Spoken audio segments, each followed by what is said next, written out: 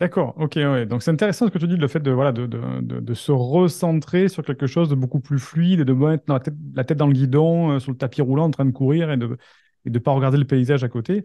Et quels sont les signes que toi tu as observés quand justement tu as eu cette prise de conscience? Parce qu'il y en a beaucoup qui sont comme ça aujourd'hui, beaucoup de personnes qui sont la tête dans le guidon, qui ne s'en rendent pas compte. Même moi, dans le passé, je l'étais aussi. C'est quoi les signes à observer pour se dire, aïe, je suis en train de forcer la machine plutôt que de prendre plaisir à conduire? Est-ce que tu as réussi à déceler comme ça les signes? Alors, il y a plusieurs choses. Moi, je trouve que, alors déjà, la première chose, c'est que tu, quand ton travail devient, quand quelque chose que tu aimais faire devient une torture, par exemple. Alors ça, Ok. c'est typique pour les créateurs, tous les gens qui font de la création, que ce soit de la création web ou n'importe quoi, hein, de la musique, enfin, peu importe, quelque chose que tu crées, tu avais vraiment du plaisir à, je sais pas, ça peut être d'écrire, ça peut être, enfin, peu importe.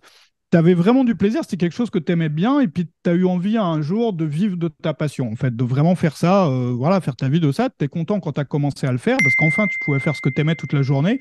Et puis il y a un moment où tu n'as plus du tout supporté le faire, c'est devenu une torture en fait. Et c'est pas, enfin, il y a pas mal de gens qui ont remarqué ça aussi. Le psychologue hongro-américain là, avec un nom imprononçable qui a écrit le livre Mikhail Flow, Csikszentmihalyi, là, Mihail Csikszentmihalyi. Csikszentmihalyi, voilà, C'est ça. Csikszentmihalyi, qui le constatait aussi, enfin, qu'on parlait dans son bouquin, que en fait, il distingue, bon, c'est pas le seul à distinguer ces deux choses-là, mais à distinguer les objectifs entre objectifs intrinsèques, objectifs Hmm. extrinsèques. Donc, l'objectif Mhm. intrinsèque, c'est, bah, ça revient à la discussion qu'on vient d'avoir, enfin, à la réponse que je donnais à la question précédente. C'est-à-dire l'objectif, par exemple, quand tu joues au foot, l'objectif intrinsèque, c'est de te faire plaisir en jouant au foot, tu joues avec tes amis, tout ça, c'est génial et tout, tu prends voilà, tu es au grand air, voilà, c'est le foot pour le foot. Et l'objectif extrinsèque, c'est remporter la partie, gagner le truc. Donc, pareil, quand tu fais de la création, intrinsèque, c'est prendre du plaisir en jouant du piano. Extrinsèque, c'est gagner de l'argent en jouant du piano, ou bien remporter un concours de piano, ou bien gagner des grades en piano, enfin peu importe. Et le fait est que quand tes buts sont à 100% extrinsèques, c'est-à-dire uniquement gagner de l'argent, uniquement gagner le concours, uniquement ceci, uniquement cela, bah, tu en viens forcément et naturellement, et c'est un processus naturel et on ne peut pas y échapper, à ne plus apprécier ton travail parce que tu vas foncer vers le but et tu vas Hmm. plus l'apprécier. Et donc, du coup, c'est un cercle vicieux qui peut même mettre en danger, dans certains cas, pas dans tous les cas, mais dans certains cas, le but extrinsèque. C'est-à-dire que si tu prends plus de plaisir à le faire, tu vas te mettre à le bâcler, tu vas mettre à passer moins de temps peut-être à, tu vois, essayer de te perfectionner et tu vas juste détester ça, en fait. Et il y a beaucoup de gens qui ont transformé leur passion, que ce soit dans la création web ou dans d'autres choses, hein, qu'on Mhm. transformait une passion en fait en véritable torture. C'est même pas forcément des gens qui essayaient de gagner de l'argent ou de gagner leur vie avec, mais des personnes par exemple qui essayaient de progresser dans un système de grade ou gagner un concours ou avoir un prix ou ceci ou cela. Pour moi, la clé on a besoin des deux objectifs, des deux buts, mais c'est de retrouver un équilibre en fait entre les deux. C'est-à-dire qu'il y a une bonne dose d'équilibre entre les deux et ça veut dire aussi quand on crée, notamment sur le web, de pas faire tout et n'importe quoi uniquement parce que ça va apporter des résultats. Par exemple, moi je sais, il y a des choses qui me plaisent pas, que j'ai pas, je me vois pas faire, et je pense que c'est pareil pour toi, pour beaucoup de personnes qui travaillent sur le web. Il y a certains types de formats, certains types d'organisation, certains types de voilà où on sait que c'est pas Mhm. pour nous. C'est-à-dire que ça nous plaît pas, on se voit vraiment pas faire ça, ça correspond pas à notre personnalité. On sait que si on les faisait, on gagnerait peut-être plus d'argent, on aurait plus de gens qui regarderaient nos vidéos, ou on aurait plus de, tu vois, on serait davantage connu, ou ceci ou cela, mais on peut choisir de ne pas les faire parce que justement, bah, c'est pas pour nous, en fait. Et je trouve que c'est une question d'équilibre, tu vois, ça veut pas dire de tout Mhm. plaquer pour aller vivre dans la forêt et vivre de sa passion, tu vois, en mangeant, en mangeant des graines et voilà, en buvant l'eau du torrent, mais ça veut dire de trouver un équilibre. Et moi, je trouve qu'à partir du moment où un travail créatif devient une torture et que tous les matins on est là, on n'a pas envie de s'y mettre et tout, et c'est l'une des causes aussi de la procrastination dans ces métiers-là, c'est pas la seule cause, mais c'est l'une des causes. Tu vois, encore une journée, il faut que je fasse ça, t'as vraiment pas envie de le faire et tout, c'est peut-être que au lieu de te forcer plus, de t'essayer de te motiver davantage, essayer de trouver un moyen de remettre une étincelle dans le machin, c'est-à-dire de trouver peut-être changer un petit peu la façon dont tu le fais pour t'apporter plus de plaisir dedans. Moi, je compare ça aux syndicats. Alors en ce moment, Au syndicat, les d'accord. syndicats là, sont dans la rue avec les retraites, etc. Ouais, c'est de faire des. En fait, enfin, moi, je trouve que dans une activité comme la nôtre, enfin, dans une activité web, en fait, on a trois métiers, sauf qu'on est un peu comme des hommes orchestres, on doit faire les trois à la fois. C'est-à-dire qu'on est à la fois patron, on est à la fois manager et on est à la fois exécutant. C'est-à-dire dans une Mhm. entreprise classique, tu vas avoir le patron qui décide de la stratégie. Par exemple, il va décider, on va lancer tel produit, on va donner tel nom à notre site web, enfin voilà, la stratégie. Et ensuite, tu vas avoir les managers ou le manager qui va organiser la stratégie. Donc, c'est-à-dire, le patron a dit ça, donc maintenant, on va s'organiser pour tout mettre en place. C'est-à-dire, voilà, on va embaucher machin pour faire le logo, on va embaucher truc pour faire ceci, voilà, et Monique, elle va travailler de 7h à 10h, et Jean-Pierre, il va travailler de 14h à 16h, etc., etc. Et puis, l'exécutant, il a une liste de choses à faire, et puis, il va les faire. Le problème, c'est que parfois, l'exécutant, il se retrouve dans une situation dans laquelle son travail il est vraiment ingrat et il en peut plus, il a trop d'heures de travail, il en peut plus, il peut pas bosser bien dans ces conditions-là. Et donc ce qu'il va faire, c'est qu'il va aller voir le manager ou le patron pour aller se plaindre, voilà, pour dire que ça va pas, moi j'arrive pas à bosser dans ces conditions, voilà, au moins qu'on mette le chauffage, qu'on mette un peu moins de tâches toute la journée ou que ça soit un peu plus fun.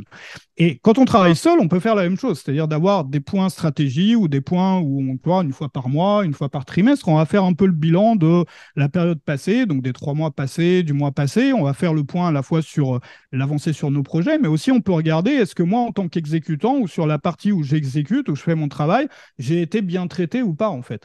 Et si j'ai pas Mhm. été bien traité, aller me plaindre et même avoir une sorte de, moi ce que j'appelle une liste de doléances, c'est-à-dire un document ou une liste sur laquelle, quand il y a quelque chose qui est très dur à faire tous les matins, c'est-à-dire tu te lèves le matin, tu n'as vraiment pas envie de le faire, le marquer, ça y en a marre. Et ça ne veut pas être forcément dire de l'enlever, ça veut peut-être dire d'aménager cette tâche-là pour qu'elle soit plus agréable, pour y retrouver du plaisir. Ça veut dire par exemple peut-être la faire dans un autre endroit, ça veut dire peut-être la faire d'une certaine manière qui soit plus simple. Par exemple, on discutait ce matin, j'avais un live avec d'autres créateurs du web et on discutait on parlait de créer des formations. Alors, créer des formations, pour beaucoup de personnes, c'est vraiment quelque chose d'un peu impressionnant, intimidant, surtout quand on Mhm. commence dans le métier de créateur. Et on parlait de créer des formations pendant des lives, c'est-à-dire de les faire ensemble Mhm. avec les personnes de notre audience. Et c'est vrai que c'est la même chose. Au final, tu as enregistré, tu as une formation, tu as créé une formation, mais étant donné que tu n'étais pas tout seul à parler à ta caméra, c'était beaucoup plus facile. Et donc ça, c'est l'une des choses qu'on peut faire pour se rendre la vie plus facile et pour rendre le travail plus agréable. Donc c'est un exemple parmi d'autres, mais voilà. Donc l'idée du syndicaliste, c'était qu'on peut être son propre syndicaliste en notant des choses qui vont pas pour les améliorer et pour reprendre justement du plaisir dans tout ça.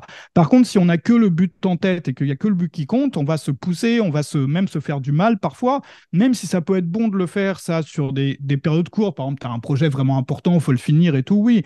Mais sur le long terme, sur 10 années, sur 20 années, tu peux t'abîmer à faire ça. Tu vois, il y a des gens Mhm. qui tombent dans le burn-out. Le burn-out, je me rappelle plus combien d'années. Alors, en moyenne, c'est plusieurs années pour sortir pour se Ouais, remettre, ouais, je pour se crois que c'est 4 ou reconstruire 5 après ans en un moyenne, burn-out. minimum. Ouais, ouais. Mhm. Donc c'est pas des trucs pour rigoler quoi. Et ça, le fait d'être uniquement focus sur le résultat, même si on a besoin du résultat, je sais que ça, c'est difficile à dire à des personnes qui ont vraiment besoin du résultat, parce que toi, tu as besoin de mettre voilà, à manger dans le frigo à la fin du mois et qu'il faut bien remplir le frigo. Mais le fait est que sur le long terme, si tu t'épuises et si tu fais quelque chose, si tu transformes en fait même un métier passion en quelque chose que tu vas détester parce que tu vois plus que le résultat à terme, tu vas plus te respecter quand tu vas travailler, tu vas pas te créer un environnement dans lequel ton travail est épanouissant et accomplissant, et il y a un moment où tu vas plus le supporter, où tu vas plus pouvoir faire une journée de plus, où tu vas tomber dans le burn-out, ou bien ça va devenir une torture telle que finalement ta vie sera vraiment pas agréable, ou en tout cas une grosse partie de ta vie qui est la vie où tu travailles, la partie de ta vie pendant laquelle tu travailles.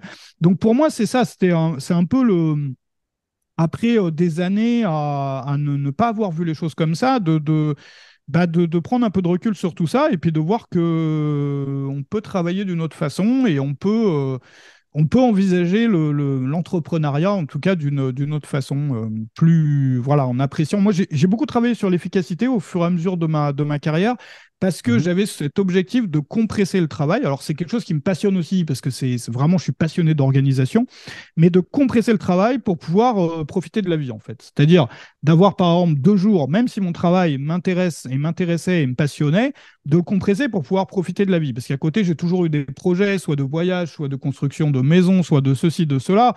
Et voilà, moi, si j'avais pris ma liberté, c'était pour avoir du temps pour faire ce genre de choses. Et donc, de compresser tout, par exemple, sur 2 jours, donc ces 2 jours, même qui ne sont pas forcément intenses en nombre d'heures, mais intenses en termes de. Après, voilà, tu peux plus réfléchir pendant un bon moment parce que ça t'a vidé de ton énergie. Pour après faire place nette pour le reste, en fait. Et aujourd'hui, j'ai tendance à faire plutôt l'inverse, c'est-à-dire à prendre plus le temps, mais à intégrer ça de façon. Tu vois, je suis moins sur l'efficacité en termes réduire le temps, mais plus en termes comment est-ce que je pourrais m'accomplir davantage en faisant mon travail. C'est-à-dire, même si Hmm. ça prend plus de temps, et surtout si ça prend plus de temps, je préfère que ça prenne plus de temps et que ça m'apporte plus de plaisir, que ça soit plus épanouissant, plus accomplissant pour moi, plutôt que, voilà, enfin, tu vois, séparer les choses, quoi. Voilà, j'ai Ouais, peut-être voilà, ce que tu répondu. dis.